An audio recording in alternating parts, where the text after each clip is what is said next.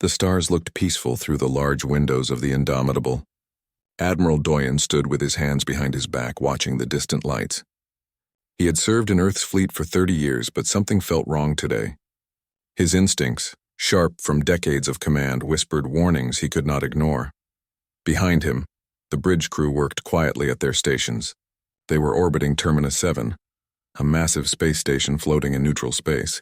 This station belonged to no one, which made it perfect for diplomatic meetings. Today, Admiral Doyen was here to meet with the Galactic Council, just like Earth had done for over 200 years. Commander Mirai approached him. She was younger than the Admiral, with sharp eyes that missed nothing. As Chief Intelligence Officer, it was her job to find problems before they became disasters. "Admiral," she said quietly, "we need to talk now." Doyen turned to face her. Mirai looked worried, and she was not someone who worried easily. He followed her to a small conference room away from the busy bridge. "What is it?" Doyen asked once the door closed behind them. Mirai placed a data tablet on the table. "I found something in the Council's transmissions. Hidden files, encrypted with old codes they thought we couldn't break." She tapped the screen. "We broke them." Doyen picked up the tablet. As he read, his face grew dark. The files showed communications between Council leaders. They talked about Earth like scientists discussing lab animals. They mentioned controlling human development, limiting technology transfers, and keeping humanity weak. "How long?" Doyen asked. His voice was calm, but Mirai could see anger burning in his eyes. 237 years, she answered. "Since first contact. They've been lying to us from the very beginning." Doyen sat down heavily. 2 centuries of friendship, of cooperation, of trust. All lies. Get Dr. Junho in here. We need to understand exactly what we're dealing with. Dr. Junho arrived within minutes. He was Earth's best expert on alien languages and cultures. His dark hair was messy as always, and he carried 3 data pads under one arm. Mirai showed him the files. Junho read in silence for several minutes. Then he looked up, his face pale. "This is worse than you think. Look at these star charts." He pulled up images on the main screen. "The Council told us these systems were empty, dangerous, or not worth visiting. But according to their real charts, these systems are rich in resources. Some have habitable planets. They kept us poor," Mirai said, "while they grew rich." "It's more than that," Junho continued, his fingers flying over the controls. "Look at the technology they shared with us.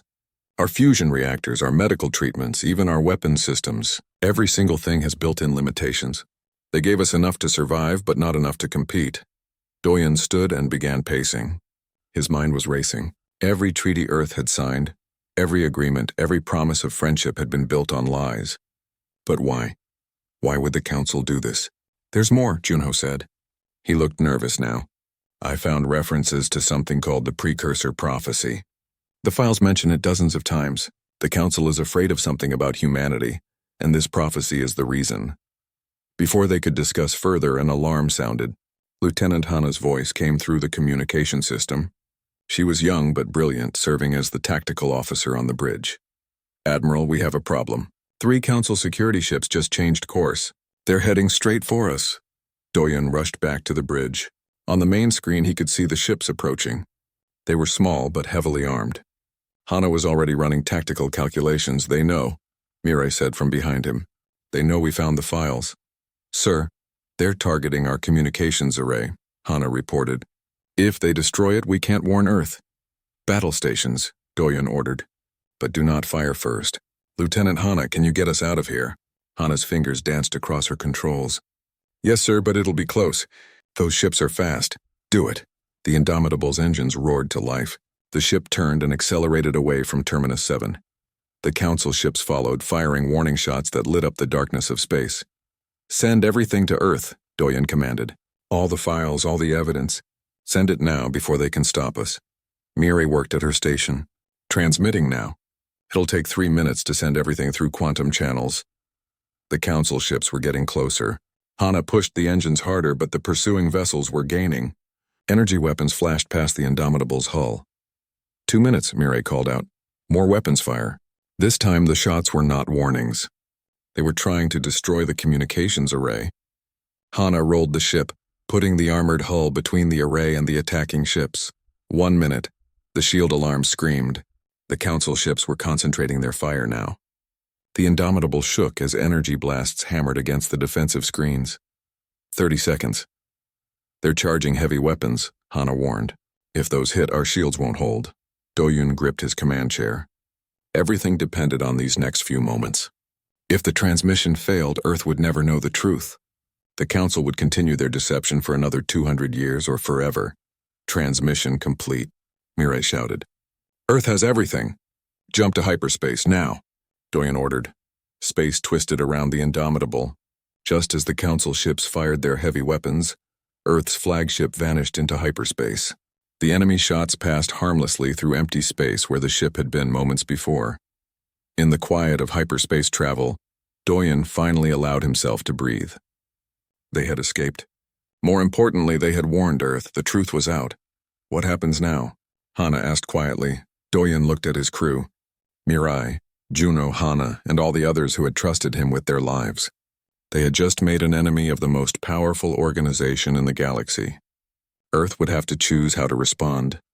Now, Doyen said, we go home and prepare for war, or revolution, or both. The Indomitable raced through hyperspace toward Earth, carrying its crew and the knowledge that would change everything. Behind them, at Terminus 7, Council leaders were starting to realize their carefully maintained deception had just collapsed. The galaxy would never be the same again. Earth's capital city looked normal from above. People walked the streets, vehicles moved in organized patterns, and ships came and went from the orbital stations. But deep underground in a secure military facility, the mood was dark and tense. Admiral Doyen sat at a large round table with Earth's top leaders and experts. The room had no windows. Armed guards stood outside. No one could know what they were discussing. Not yet. 237 years, the president said, her voice filled with disbelief. They've been lying to us since the beginning? Yes, Madam President, Commander Mirai replied. She stood at the front of the room with a large display screen behind her. And the lies go deeper than we first thought. Mirai activated the screen. Images appeared showing side-by-side comparisons. On one side, the star charts the Council had given Earth. On the other, the real charts from the stolen files. These 17 systems, Mirai pointed, were marked as dangerous radiation zones. The Council told us no ship could survive there. But according to their real data, these systems are perfectly safe. 3 of them have planets suitable for human colonies. Professor Hijin, Earth's top expert on Council history, shook her head. She had spent her entire career studying the Council, writing books praising their wisdom and generosity. Now all of that felt like dust. I should have seen it, Hijin said quietly. All those years I defended them. Don't blame yourself, Dr. Junho told her. They were very good at hiding the truth. They had thousands of years of practice. Junho walked to the screen and changed the image. Now it showed technical diagrams of Earth's technology. Our fusion reactors, he explained. The Council gave us the designs 200 years ago. They said it was the best power system available. But look at this. He highlighted several parts of the design. These components create inefficiency. On purpose, our reactors only produce 60% of the power they should. Captain Minsu, head of Earth's Special Operations, leaned forward. He was a soldier, practical and direct.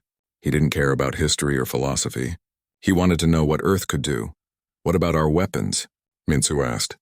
Our ships? Our defenses? Hunyo nodded grimly. Every weapon system we have contains subtle flaws. Our energy shields drain power too quickly. Our missiles have guidance systems that work fine in practice, but would fail under real combat conditions. Even our battle tactics, the ones we learned from Council military advisors, are designed to lose against Council forces. The room fell silent. Everyone understood what this meant. If the Council decided to attack Earth, humanity would not survive. Every tool they had given humans was designed to fail when it mattered most. Why? The president asked. Why would they do this? We've been good partners. We've followed their rules, paid our fees, never caused trouble. I think I know, Junho said. He looked tired, like he had been awake for days. Maybe he had. It's because of the precursor prophecy. I've been researching it since we found the files. He brought up new images. Ancient stone tablets covered in strange writing. Crumbling structures on dead worlds. The remains of a civilization that had vanished long ago. The precursors, Junho explained, were the most advanced species the galaxy has ever known. They existed 3,000 years ago, Then one day they disappeared. All of them everywhere, all at once. They left behind ruins and warnings. What kind of warnings? Admiral Doyen asked. Warnings about a species that would come later, Junho said. A species with specific traits. The ability to adapt quickly to any environment. Extreme creativity in solving problems. The habit of forming emotional bonds with other species. And the tendency to pack bond. To form tight groups that work together perfectly. Professor Hyejin gasped. She understood immediately. Humans, she whispered. They were describing humans. Yes, Junho confirmed. When the Council found Earth, when they met us, we matched every trait in the precursor warnings. The Council was terrified, so they decided to contain us, control us, keep us weak. But what were the precursors warning about? Mirai asked. Did they say what would happen if this species arose? The translations are unclear, Junho admitted. The precursor language is difficult, but the Council interpreted it as a warning of destruction. They believed humans would either destroy the galaxy or disrupt it so badly that civilization would collapse. Captain Minsu stood up. His chair scraped loudly in the quiet room. This is insane, he said angrily. We've never threatened anyone. We've been peaceful. We've helped other species, and they treat us like dangerous animals? Fear makes people do terrible things, the president said softly. Even when that fear is baseless. Engineer Jiwan spoke up for the first time.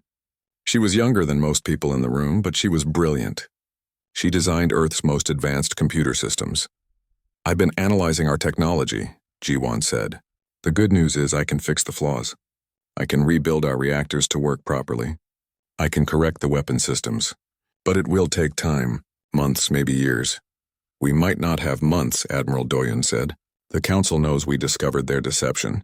They tried to stop us from sending the information to Earth. They failed. Now they'll be planning their next move. What can they do?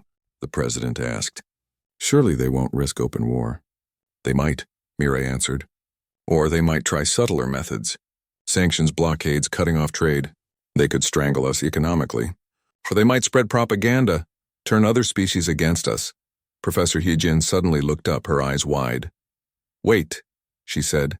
What if other species were also deceived? What if humans aren't the only ones the Council has manipulated? The room fell silent again. Everyone considered this possibility. That's brilliant, Junho said. The Council has thousands of member species. What if many of them were given the same treatment? Kept weak, kept dependent? Then they would be our allies, Admiral Doyen said slowly. A plan was forming in his mind. If we can show them the truth, if we can prove the Council has been lying to everyone, not just humans, we wouldn't be alone. The president finished his thought. We could build a coalition. Captain Minsu smiled for the first time since the meeting began. It was not a kind smile. I like it, he said. Instead of fighting the Council, we expose them. Let the galaxy judge them. It's risky, Mirai warned. If we're wrong, if other species side with the Council, we'll be completely isolated. We're already isolated, Admiral Doyen said. We just didn't know it. At least this way, we're fighting back. The president looked around the table at each person. These were Earth's best and brightest. If anyone could save humanity, it was them. Very well, she said. We expose the Council. We tell the galaxy the truth. And we pray that enough species will listen. As the meeting ended and people filed out, Dr. Junho remained behind, still studying the images of precursor ruins. Something bothered him.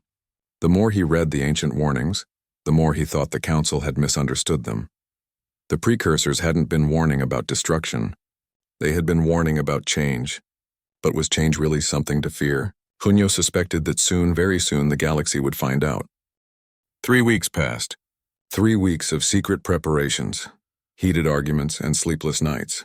The truth about the Council's deception had spread through Earth's government, but the public still knew nothing. The president wanted to keep it that way until they had a plan. But secrets this big could not stay hidden forever. Admiral Doyen walked through the halls of the United Earth Government building. Outside the windows, protesters had gathered. Somehow rumors had leaked. People demanded answers. They wanted to know why Earth ships had stopped going to Council space. They wanted to know why diplomatic meetings had been canceled. The president's office was crowded. Admiral Doyen, Commander Mirai, Dr. Junho, Lieutenant Hana, Captain Minsu, Professor Hyejin, and Engineer Jiwan were all present. They had become the core team managing Earth's response to the crisis. "We can't wait any longer," the president said. "The people are getting suspicious. News organizations are investigating. Within days, someone will figure out what happened and publish it. We need to control this narrative." "Agreed," Admiral Doyen said. "But before we tell Earth, before we tell the galaxy, we need to decide what we're actually going to do." He stood and activated a large display. 3 options appeared on the screen. Option 1, submit, Doyen said. "We apologize to the Council. We promise to forget what we learned. We accept permanent second-class status in exchange for peace." No one spoke. The idea of surrender felt wrong, but it was the safest path. Option 2, war, Doyen continued. "We refuse to submit. We fix our technology, build up our military, and prepare to fight. The Council has thousands of member worlds, but we have determination and the element of surprise." Captain Minsu nodded slowly, but even he looked doubtful. Earth could not win a war against the entire Council. Not yet. Maybe not ever. Option 3, Doyen said, is the one we've been preparing for. We expose the Council. We broadcast the truth to every world in the galaxy. We show them all the lies, all the manipulation, all the deception. We let other species decide for themselves what to do with this information. That's not really a plan, one of the president's advisors objected. That's gambling. We're betting that other species will care, that they'll believe us, that they'll stand with us. What if they don't? Then we lose, Commander Mirai said bluntly. But at least we lose fighting for something right. At least we lose with the truth on our side. Lieutenant Hana had been quiet throughout the meeting. Now she spoke up. "I've been analyzing Council communications," she said. "Over the past 3 weeks, I've intercepted hundreds of messages. And I found something interesting. The Council isn't united." Everyone turned to look at her. "What do you mean?" the president asked. Hana brought up her data on the main screen. It showed a complex web of Council species and their relationships. "The Council has a leadership group," Hana explained. 7 ancient species who make all the real decisions. But most Council members don't know this. They think the Council is democratic. They think everyone has equal say. "So the Council members are also being deceived," Dr. Junho said. "Just like humans." "Exactly," Hana confirmed. "And some of them are starting to ask questions. I found communications between several species expressing doubts about Council policies. They're unhappy, but they don't know why. They just sense something is wrong." Professor Heejin leaned forward excitedly. "This changes everything," she said. "If we can show these species the truth, if we can prove that the Council leadership has been manipulating everyone, not just humanity, then we have a real chance. This isn't Earth against the Council. This is everyone against a corrupt leadership." Engineer Jiwan cleared her throat. "I have something that might help," she said. "I've been working on a communications program. It's a virus, basically, but a harmless one. It can spread through the Council's network and deliver our message to every connected device in Council space. The Council won't be able to stop it or censor it." "How long would it take?" Admiral Doyen asked. "To reach every world?" "About 12 hours, Jiwan answered. "The virus copies itself and uses quantum communication channels. The Council built their network to be efficient. That efficiency now works against them." The president stood and walked to the window. Below, the crowd of protesters had grown larger. They waved signs and chanted slogans demanding truth. "Option 3, she said finally. "We go with option 3. We tell the truth, all of it, to everyone. We trust that enough people in the galaxy believe in honesty and fairness." She turned back to face the room. "But we need to be smart about this. We can't just dump information and hope for the best. We need a strategy." Commander Mirai nodded. She had been thinking about this for weeks. "I have a plan," she said. "First, we create evidence packages tailored to each species. Different cultures respond to different kinds of proof. What convinces one species might not work for another. Second," Captain Minsu added, "we send teams to key worlds. Not military teams. Diplomatic teams. People who can answer questions, provide additional evidence, and make personal connections. Third," Dr. Junho said, "we reach out to the species Lieutenant Hana identified. The ones who are already asking questions, we offer them the answers they've been seeking. And fourth," Admiral Doyen concluded, "we make it clear we're not declaring war. We're calling for reform. We want to fix the Council, not destroy it. We want justice, not revenge." The president looked at each person in the room. They were asking her to make the most important decision in human history. This would determine whether Earth thrived or fell, whether humanity became a galactic power or a cautionary tale. "How long until we can launch this operation?" she asked. 2 days, Engineer Jiwan said. "I need 2 days to finalize the virus and prepare the evidence packages. Our diplomatic teams can be ready in 48 hours. Commander Mireille confirmed. The president took a deep breath. "Then in 2 days we change the galaxy," she said. "Tonight I'll address Earth. I'll tell our people the truth about the Council. Tomorrow we prepare, and the day after we broadcast to the stars." She looked at Admiral Doyen. "Admiral, this was your idea. When the time comes, you'll give the order to begin the broadcast. The decision will be yours." Doyen nodded slowly. He understood the weight of what she was asking.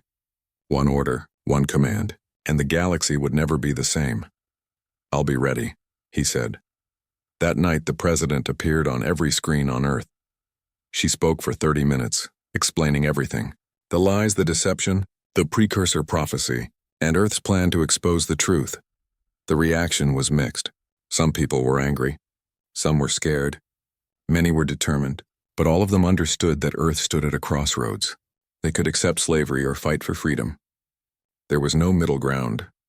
In the command center, deep underground, Admiral Doyen watched the crowds on the streets. This time they were not protesting. They were gathering to show support. Millions of people all agreeing that truth mattered more than safety. 2 days, Doyen thought. In 2 days, humanity would either become heroes or targets, but at least they would face the future standing tall, with the truth as their weapon and justice as their cause. The command center was silent. Every screen showed a different part of the galaxy. Council worlds, trade stations, diplomatic outposts, even remote colonies. In a few minutes, all of them would receive the same message. Admiral Doyen stood at the center of the room. Around him, his team worked at their stations. Commander Mireille monitored communications. Dr. Junho prepared the evidence files.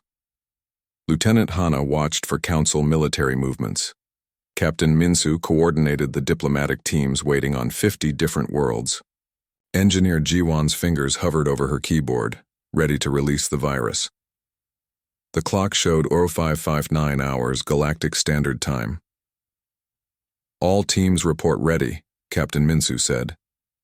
"Virus is loaded and tested," Engineer Jiwan confirmed. "It will spread through every Council network within 12 hours. Evidence packages are prepared in 473 languages," Dr. Junho added. "Each one is tailored to the receiving species' culture and values. Our ships are in position," Lieutenant Hana reported. "We have vessels near major trade routes and communication hubs. Not attacking, just broadcasting." Admiral Doyen looked at the president who stood beside him. She nodded. The clock changed to 0600. "Do it," Admiral Doyen said. Engineer Jiwan pressed enter. For a moment, nothing seemed to happen. Then the screens began lighting up. Green markers appeared across the galaxy map. Each one represented a successful transmission. The message was simple. It showed the star charts side by side, real versus fake. It showed the technology diagrams, highlighting the deliberate flaws. It showed intercepted Council communications discussing humanity as test subjects. And it showed the precursor prophecy, along with Dr. Junho's analysis suggesting the Council had misunderstood it. Most importantly, the message made clear that humans were likely not the only victims. The evidence suggested the Council's leadership had been manipulating many species for thousands of years. "Transmission spreading," Jiwan reported. "It's copying itself faster than I expected. The Council's network is actually helping us distribute the information." Commander Mireille watched her screens intently. "First responses coming in," she said. "Some species are blocking the transmission. Others are investigating. A few have already posted public responses." "What are they saying?" the president asked. "Mixed," Mireille replied. "The Tarvian Empire calls it human propaganda. But the Krell Confederacy just demanded an emergency council meeting. The merchant guilds are asking their representatives for explanations." Hours passed. The team watched as the message spread across the galaxy. Some governments tried to censor it, but Engineer Jiwan's virus was too clever. Every attempt to block it created new distribution paths. By noon, the Council leadership finally responded. Supreme Chancellor Morgath appeared on official channels. He was ancient, his species having been part of the Council for over 4,000 years. He looked angry. "The humans have committed an act of war," Morgath declared. "They have spread lies and misinformation. They have hacked our sacred networks. They have violated every treaty and agreement. The Council has no choice but to respond with force." "Here we go," Captain Minsu muttered. Lieutenant Hana's screen lit up with warnings. "Council fleet is mobilizing," she reported. 3,000 ships. They're forming up near the Nexus system. That's only 4 jumps from Earth. But Admiral Doyen did not look worried. He had anticipated this.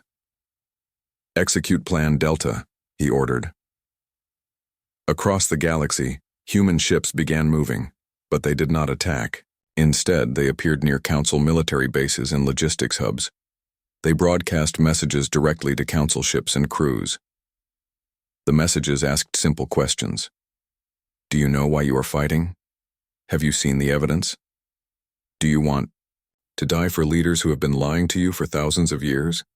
At first, Council forces ignored the messages. But as hours passed, some ships began to hesitate. Their crews had received the evidence packages. They had friends and family on worlds that were demanding answers from the Council leadership. Then the first major break happened. "Admiral, incoming. Transmission from the Krell Empire," Commander Mirai announced. "It's their War Master. He wants to speak with you directly." Doyen walked to the communication station. The screen showed a massive alien with thick armor plating and 4 arms. This was Kralax, the legendary Krell War Master who had served for over 60 years. "Admiral Doyen," Kralax rumbled. "We have reviewed your evidence. We have checked our own records. The Council has also deceived the Krell. We were told our technology was advanced, but your files show we were given inferior systems, just like humanity." Doyen felt hope rise in his chest. "What will the Krell do?" he asked. "We stand with Earth," Kralax declared.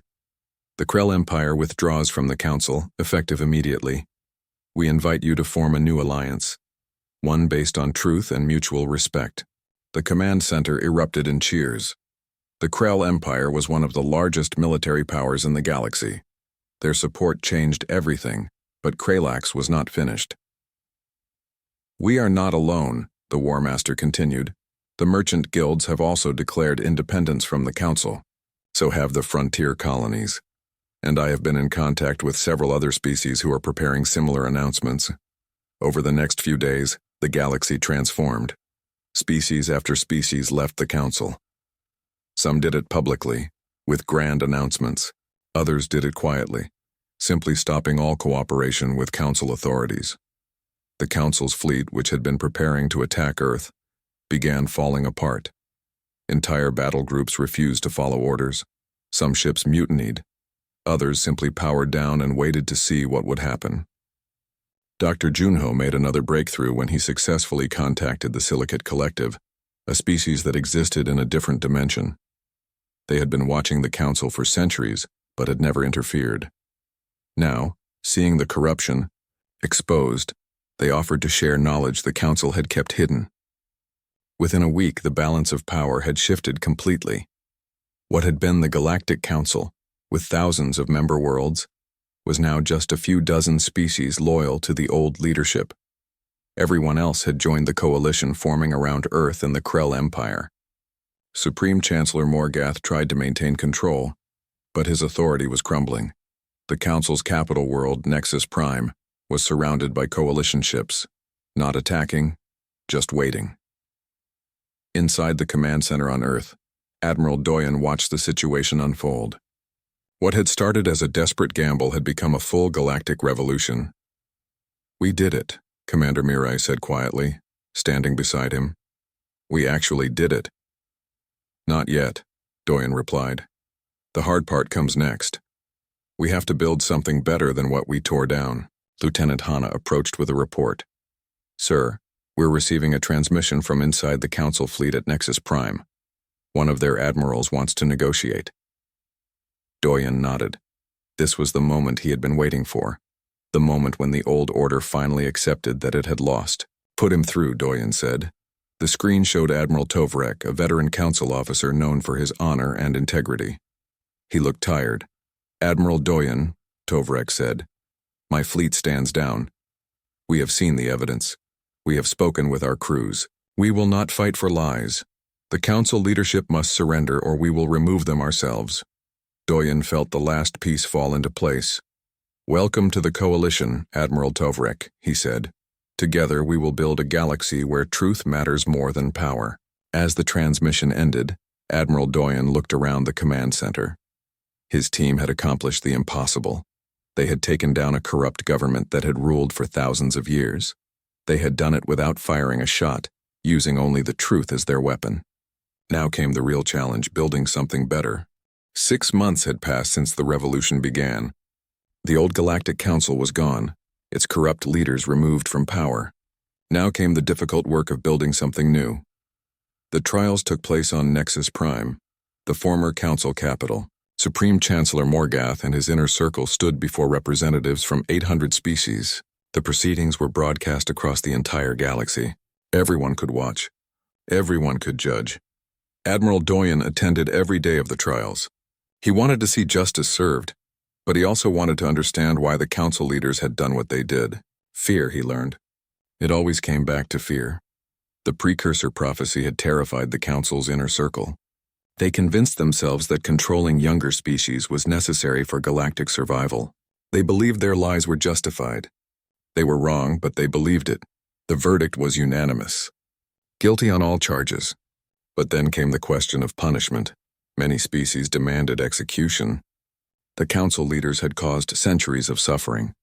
They had stunted the growth of countless civilizations. They deserved death. But Admiral Doyen stood before the tribunal and spoke against execution. If we kill them, we become what they feared. Doyen said. We prove that violence is the answer. We show the galaxy that the strong destroy the weak. Is that the message we want to send? The tribunal debated for 3 days. Finally, they reached a decision. The council leaders would live, but they would spend the rest of their lives teaching future generations about the dangers of unchecked power. They would be living reminders of what happens when fear replaces wisdom. With justice served, the real work began. Representatives from 800 species gathered to write a new galactic charter.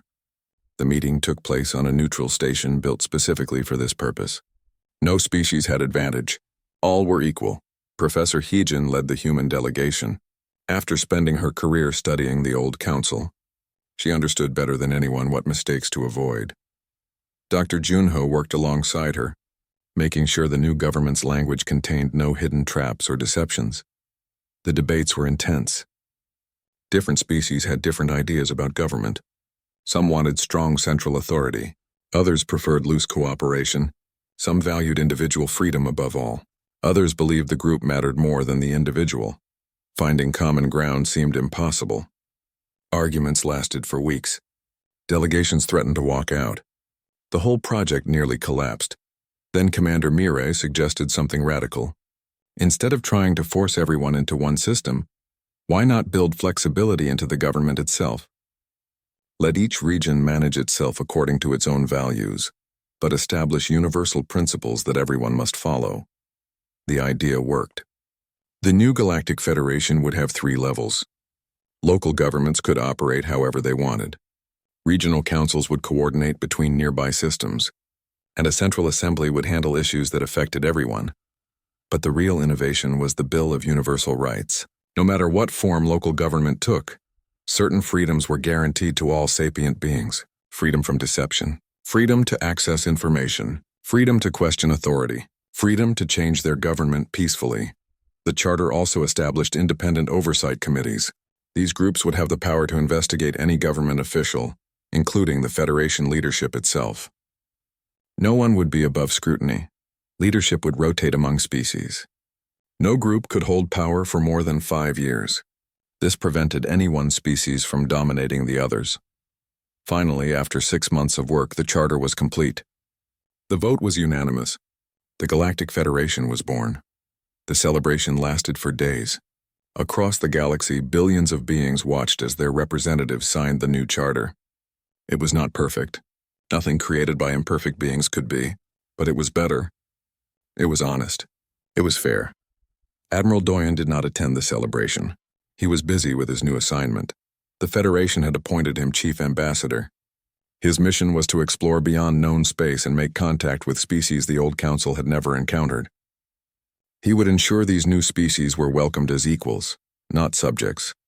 His ship, newly built and named the New Dawn, was ready for its first voyage. The crew included members from dozens of different species. Humans worked alongside Krell silicates and many others.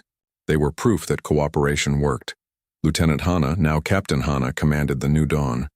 She stood on the bridge looking at the star charts with excitement. So many places to explore, so many people to meet. Commander Mirai became Director of Federation Intelligence. She built an organization completely different from the Council's spy network. Her agents collected information, but they shared it openly. Transparency was their greatest strength. Dr. Junho led the Precursor Research Institute. His team worked to understand the ancient species and their true message. The more he studied, the more convinced he became that the precursors had not disappeared. They had evolved into something beyond physical form. They were still watching, still hoping the younger species would learn from their mistakes. Engineer Jiwan became the Federation's chief technology officer. She oversaw the sharing of knowledge that had been hoarded for millennia. Species that had been kept in the dark suddenly had access to advanced technology. The rate of progress across the galaxy increased dramatically. Captain Minsu trained the Federation security force. This was not an army of conquest. It was a defense force dedicated to protecting rights rather than enforcing control. Minsu made sure every member understood they served the people, not the government. Professor Hiejin wrote the first official history of the revolution. Her book, titled Truth and Consequence, became required reading in schools across the galaxy. Young beings learned about the old council's mistakes so they would never repeat them. 5 years after the revolution, Earth hosted a Federation assembly meeting. Billions of visitors came to see the world that had changed the galaxy. They walked through human cities, ate human food, and learned about human culture. What surprised most visitors was how ordinary humans seemed. They had expected warriors or brilliant philosophers. Instead, they found regular people who simply refused to accept injustice. Humans were not special because of superior strength or intelligence. They were special because they believed things could always be better. During the assembly, Ambassador Doyen gave a speech that would be remembered for generations. The council tried to contain us, he said. They wanted to make us small and manageable. They failed not because humanity is strong, but because we refused to accept that we must be enemies. We chose instead to be friends, allies, and partners. That choice, that refusal to accept unnecessary conflict, is what makes humanity truly dangerous to tyranny and truly valuable to civilization. The assembly erupted in applause. Representatives from hundreds of species stood and cheered. The sound echoed through the hall and across the galaxy. That evening, the core team that had started the revolution gathered privately. Doyen, Mirai, Junho, Hana, Minsu, Jiwan, and Hiejin sat together in a quiet garden on Earth. They talked about old times and new challenges. "Do you think it will last?" Hana asked. "The Federation, I mean. Will it stay honest, or will it become corrupt like the Council?" "Nothing lasts forever," Doyen replied. "But we built in safeguards. We made it easy to question authority and hard to abuse power. Most importantly, we taught the galaxy that change is possible. If the Federation becomes corrupt, the people will change it. Just like we changed the Council." Dr. Junho looked up at the stars. "The precursors knew this would happen," he said. "Not the specific events, but the pattern. They knew that eventually a species would come along that refused to accept the cycle of empire and subjugation. They were waiting for someone to break the pattern. That someone was us. So we fulfilled the prophecy," Mirai said. "We disrupted the galaxy," yes, Junho confirmed, "but not by destroying it. By improving it. That was the real prophecy. Not destruction, but transformation." The group sat in comfortable silence, watching the stars. Each of them had sacrificed much to get here. They had risked their lives, their careers, and everything they cared about. But looking at the peaceful galaxy around them, they knew it had been worth it. Tomorrow they would return to their duties. Captain Hana would take the New Dawn into unexplored space. Director Mirai would continue building better intelligence systems. Dr. Junho would keep studying the precursors. Engineer Jiwon would share more hidden technology. Captain Minsu would train more security forces. Professor Heejin would write more histories. And Ambassador Doyen would meet with new species, welcoming them to a galaxy built on truth. But tonight, they were just friends. Just 7 people who had changed the galaxy together.